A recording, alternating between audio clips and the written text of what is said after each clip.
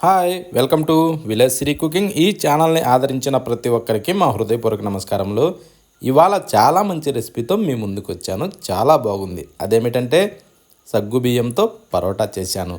ఈ సబ్దానా పరోటా ఒక్కసారి ఇలా చేస్తే ఇంట్లో అందరూ లొట్టలేసుకుంటూ తింటారు. అంత బాగుంది. అందుకే ఇంత మంచి రెసిపీని మీ అందరితో షేర్ చేసుకుంటున్నాను.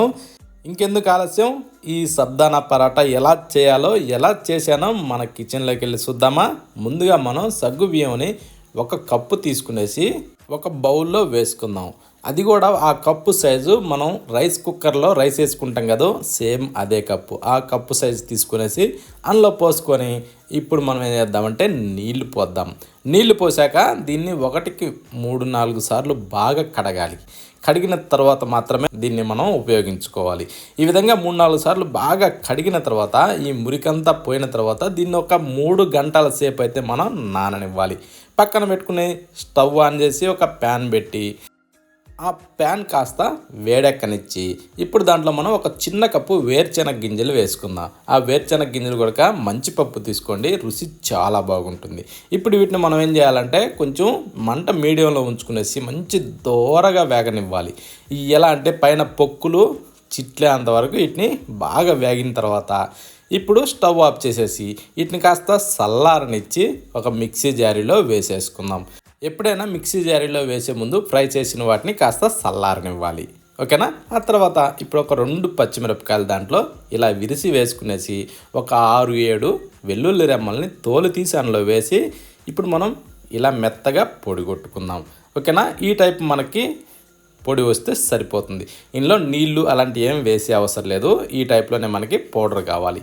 ఇప్పుడు దీన్ని తీసి పక్కన పెట్టి మనం ఏదైతే 3 గంటల సేపు నానపెట్టామో సగ్గు బియ్యాన్ని ఇప్పుడు తీసుకుందాం. చూడండి ఎలా నానాయి అన్నది ఒక్కసారి మనం చెక్ చేసి చూసుకుందాం. ఇప్పుడు ఒక గింజను పట్టుకునేసి అలా అనగానే ఇలా కసక్కమంటాయి, అప్పుడు నానినట్టు.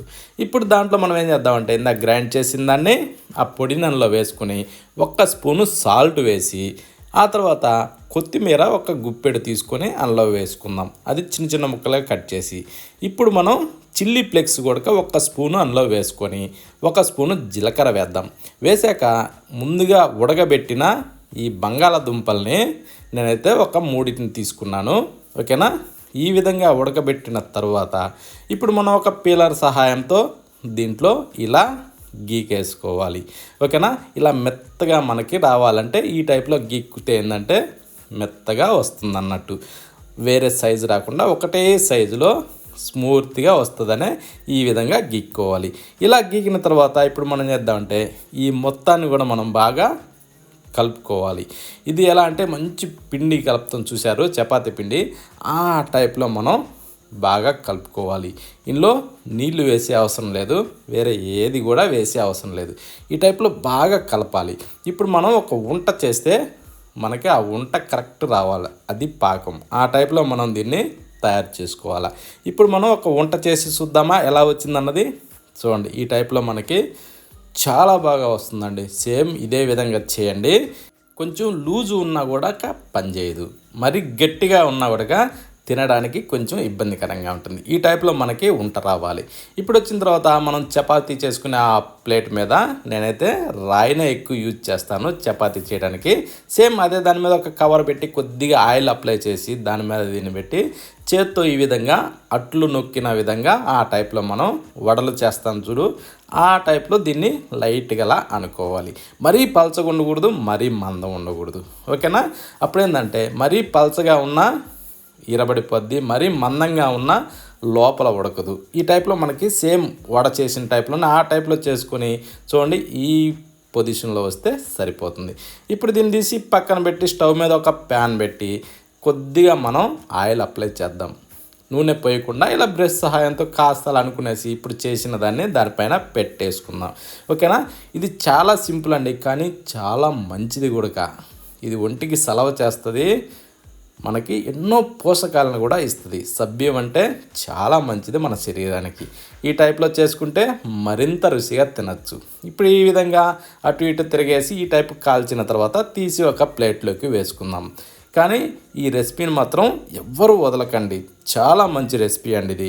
సగ్గుబియ్యంతో పరోటా బ్రేక్ఫాస్ట్గా చేసుకోవచ్చు, ఈవినింగ్ స్నాక్గా కూడా చేసుకోవచ్చు.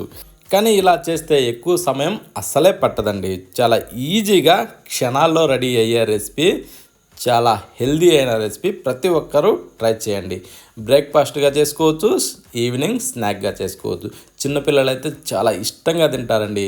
ఇది ఎలా అంటే మంచి కారకారంగా, ఎలా అంటే అంత బాగుంటుందండి. ఒక్కసారి టేస్ట్ అనుభవించి చూడాలి.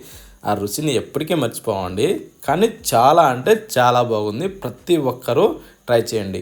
ఇంట్లో ప్రతి ఒక్కరికి ఖచ్చితంగా నచ్చి తీరుతుంది. ఇది చాలా మంచి రెసిపీ. ప్రతి ఒక్కరూ ట్రై చేయండి.